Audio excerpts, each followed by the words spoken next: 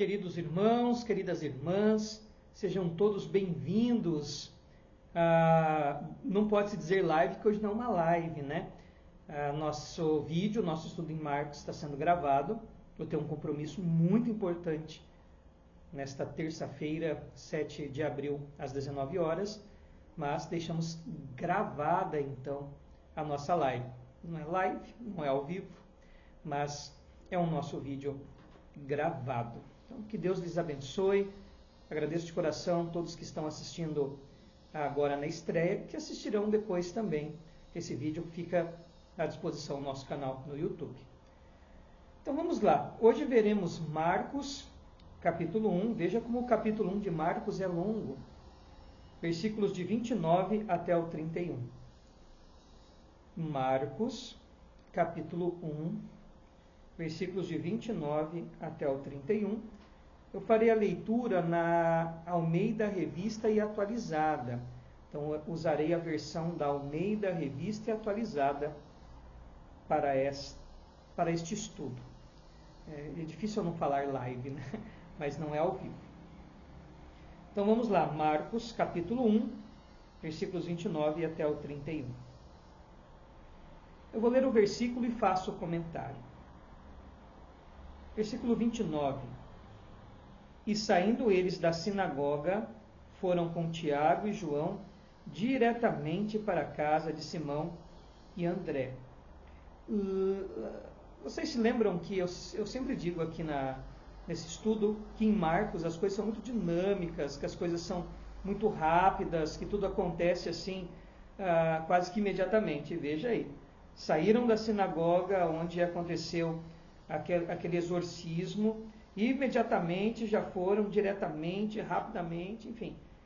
Esses advérbios, né, são constantes em Marcos. Foram para a casa de Simão e André. A sogra de Simão, e Simão é Pedro, né, Simão Pedro, é que fala Simão, mas Simão na verdade é o nome, né, Pedro é o apelido dele. Vão até a casa de Simão e André. A sogra de Simão, Pedro, achava-se acamada, com febre, e logo lhe falaram a respeito dela. Então, nós temos nesse ínterim do exorcismo um sinal, um milagre. E agora nós vamos ter mais um milagre. Então, o cenário é pintado. A narrativa nos dá agora a apresentação de um problema, há um conflito. A sogra está com febre e está acamada. Num período como este, na Palestina, na Judéia do século I, falar em febre e cama era algo gravíssimo. Não existiam antibióticos, não existiam antitérmicos, não havia diagnóstico. Poderia ser algo viral, poderia ser algo bacteriano, poderia ser qualquer outra doença que causasse febre. Uma infecção, ainda que simples, que hoje é curada com antibiótico, nesta época levava a um alto índice de mortes. Então, a doença é grave, a situação é séria. Porque em termos modernos, em que nós tomamos uma dipirona, um paracetamol e a febre vai embora, aí tomamos um anti-inflamatório ou tomamos um antibiótico, enfim, que seja. Então, falar, não, estou bem. Nessa época não havia isso, então não é algo simples. A gente é condicionado pelo tempo moderno a fazer essa leitura, estava acamado e com febre, como uma gripe, um resfriado, algo simples de ser resolvido. E não era simples. Para esse período, pelo contrário, era um quadro grave. Talvez irreversível para a medicina daquela época. Aí há a intervenção. Então nós temos o conflito, temos o ponto alto aqui desse texto. Há um problema, é o que nos chama a atenção. E agora inicia o clímax, né? A resolução desse problema. Como que se resolve? Então, aproximando-se, tomou-a pela mão e a febre a deixou, passando ela a servi-los. Jesus, então, agora resolve a solução. temos a resolução do problema, nós temos o clímax dessa pequenina narrativa aqui em Marcos. Uma mulher gravemente doente, não faça essa leitura errônea de achar que é uma febrezinha. Tá? Estamos pensando há 2000 anos atrás o que representava esse quadro. Nós temos Jesus Cristo exercendo a sua misericórdia, operando mais um milagre. O milagre, ele sempre tem uma coisa interessante, de mostrar o amor de Jesus, a misericórdia de Jesus. Convenhamos, em sua obra de salvação, Jesus não tem esta obrigação de curar as pessoas. É um ato de amor, é um ato de graça, mas mostra a natureza do Messias e de Deus se revelando ali. Vamos lembrar, Jesus Cristo é Deus, então nós estamos tendo essa revelação progressiva do que nós conseguimos entender acerca de Deus, que Jesus vai mostrando-se nos evangelhos e em Marcos de maneira mais lenta, de maneira mais progressiva. Então, esse milagre tem a ver com amor, com preocupação, com misericórdia, de compreender a necessidade do ser humano na sua fraqueza. Essa doença, eu não posso afirmar, mas vou dizer que poderia ser sim fatal e em pouco espaço de tempo para esta mulher, para a sogra de Pedro.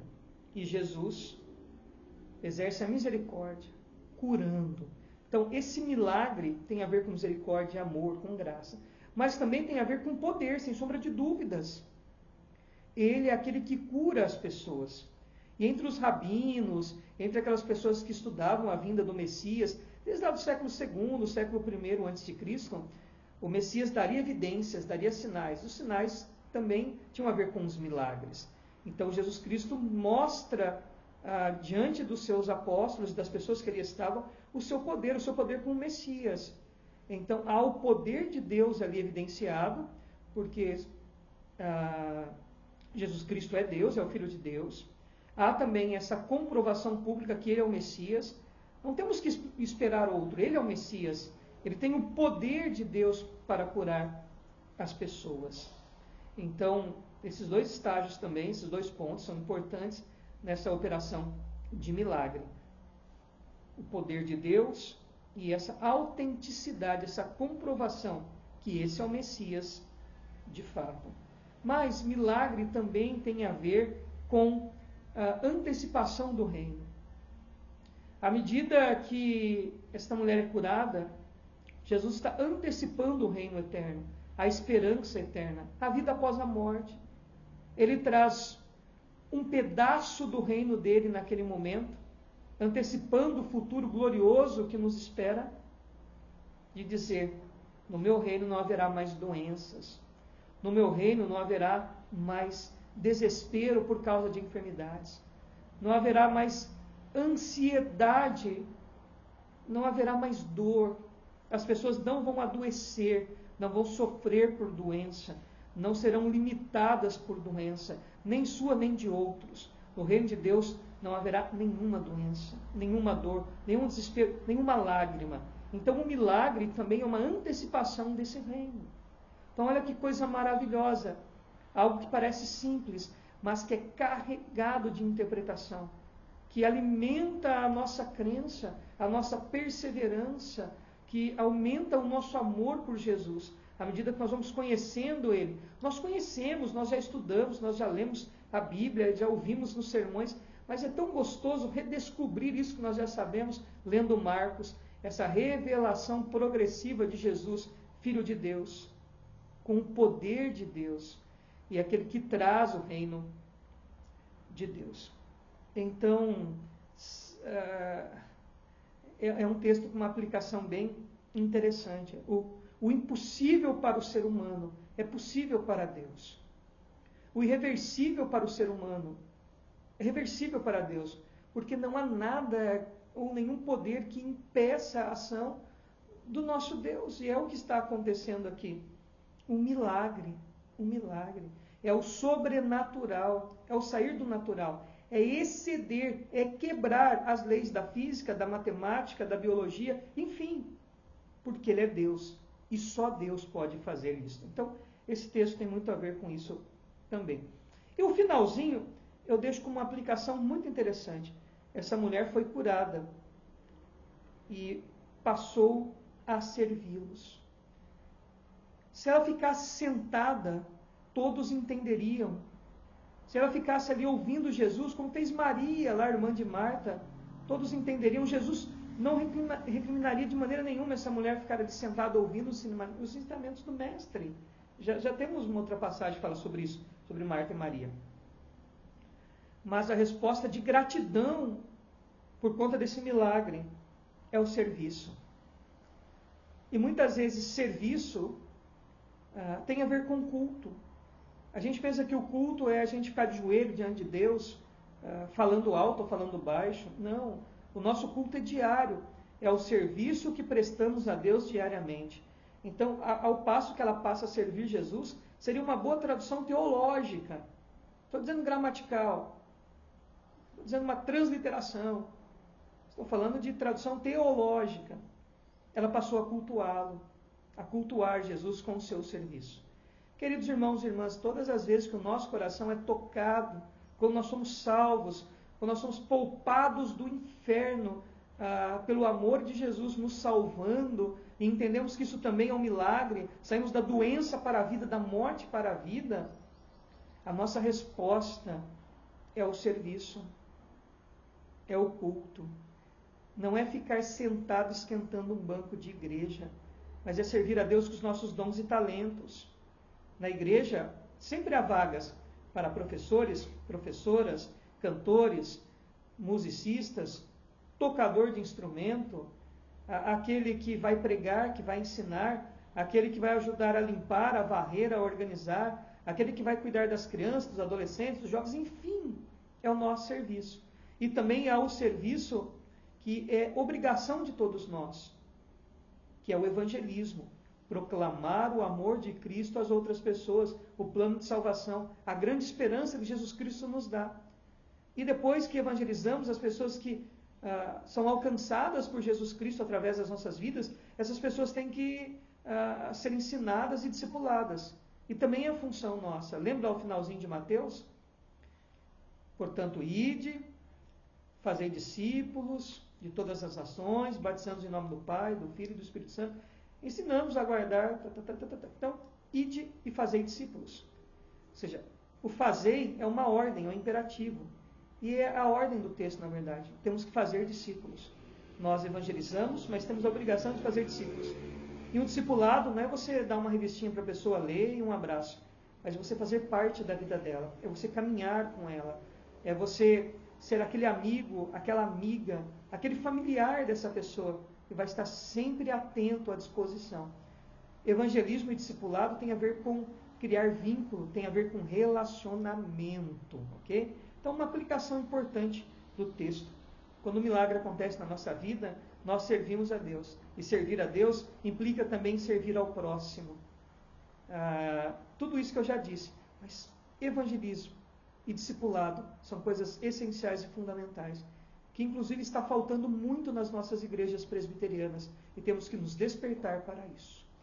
Então, é mais ou menos isso. O milagre também é uma antecipação do reino, do amor, do poder, da misericórdia de Deus, da sua prova que é o Messias. E a nossa resposta a esse milagre maravilhoso é o serviço. Que Deus lhes abençoe com esse texto. Voltamos então na semana que vem, dia 14, e se tudo der certo, com a nossa live ao vivo, né? Eu gosto de dar boa noite, de interagir, isso é muito bom. Se você tiver qualquer dúvida sobre o estudo de hoje, mande no nosso e-mail ipblumenau@gmail.com ipblumenau@gmail.com ou no nosso WhatsApp, o WhatsApp da igreja, 47, o DDD 988761221. Ou deixe nos comentários, que à medida que eu vou vendo, eu respondo também.